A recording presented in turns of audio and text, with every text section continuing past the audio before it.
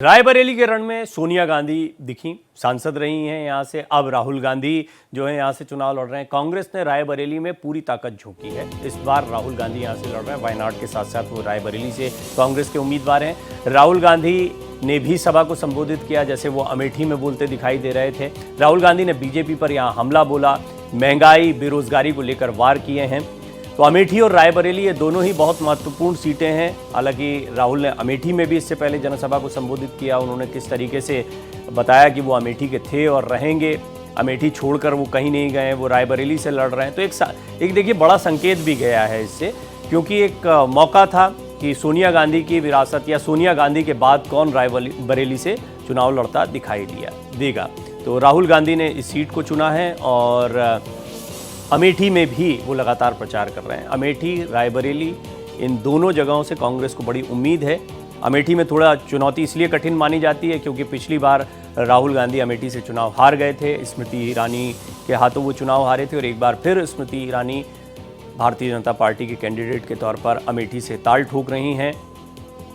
वहीं रायबरेली से अब राहुल गांधी चुनाव लड़ते दिखाई दे रहे हैं और रायबरेली में कांग्रेस ने अपनी पूरी ताकत लगाई। जैसा हम कल भी बात कर रहे थे कि ये बात सिर्फ ताकत दिखाने की नहीं है। जब राहुल गांधी कैंडिडेट हैं तो निश्चित तौर पर कांग्रेस के तमाम नेता उस मंच पर जुटेंगे, क्योंकि बात सिर्फ रायबरेली तक सीमित नहीं है। इंडिया अलायंस की अगर बात करें तो समाजवादी पार्टी और कांग्रेस इस बार चुनाव मिलकर लड़ रहे हैं उत्तर प्रदेश में, और रायबरेली में इन सभाओं के जरिए या उत्तर प्रदेश में जितना भी चुनाव प्रचार होता है उसमें पूरे उत्तर प्रदेश की सीटों पर असर जाए, इस बात की कोशिश की जा रही है, खासतौर पर आसपास के क्षेत्रों में। प्रियंका ने हालांकि पूरी तरह से अपने आप को डेडिकेट कर रखा अमेठी और रायबरेली के चुनाव प्रचार में। इस सबके बीच में सोनिया गांधी, जो कि अभी तक चुनावी सभाओं से दूर ही थीं स्वास्थ्य कारणों से, वो रायबरेली में पहुंची और अपने बेटे के लिए उन्होंने यहाँ पर वोट की अपील की।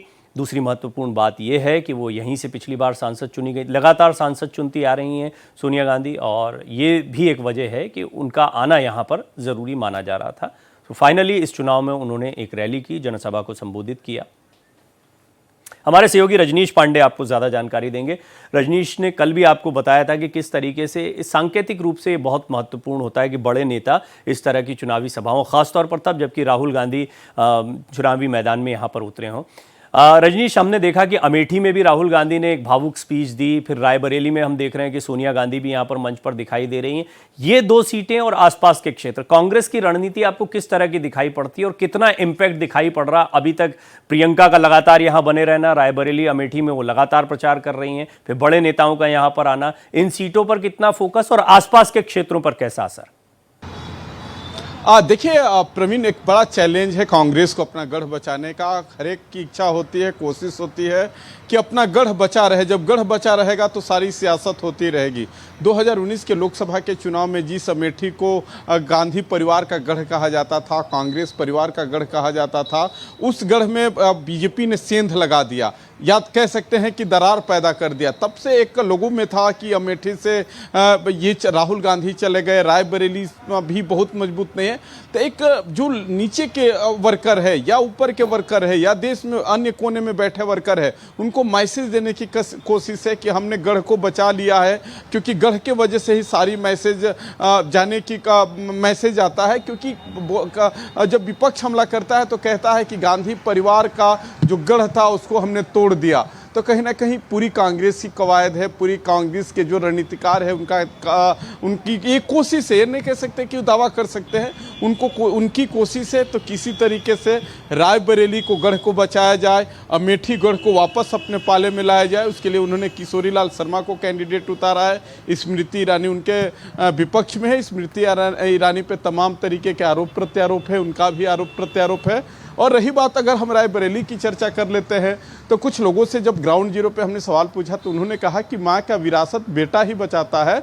जब हमने सवाल किया था कि यहाँ से प्रियंका की लड़ने की चर्चा थी तो उनके सामने योगी आदित्यनाथ के दिनेश सिंह हैं। वो दिनेश सिंह जो कभी कांग्रेस पार्टी की सियासत किए थे, कांग्रेस के दल से ही वो एमएलसी बने थे। हालांकि 2019 में बीजेपी के पाले में आ गए थे, सोनिया गांधी के खिलाफ चुनाव लड़े थे, पहले मां के खिलाफ, अब बेटे के खिलाफ चुनाव लड़ रहे हैं। अपना अपना दावा है। अमित शाह का कहना है कि अगर रायबरेली आप हमको जिता देते हो तो हम मान लेंगे कि पूरे हिंदुस्तान में 400 सीटें जीत लिए हैं। मनोज पांडे जो क्रॉस वोटिंग करके सपा के पाले से कूद के बीजेपी के पाले में चले गए थे, उनकी आज आधिकारिक ज्वाइनिंग हो गई। हालांकि उनके फैमिली के और जो भी लोग थे पहले ज्वाइनिंग हो गई थी, माना ही जा रहा था, लेकिन आज आधिकारिक मुहर लग गई कि मनोज पांडे अब बीजेपी के लिए काम करेंगे।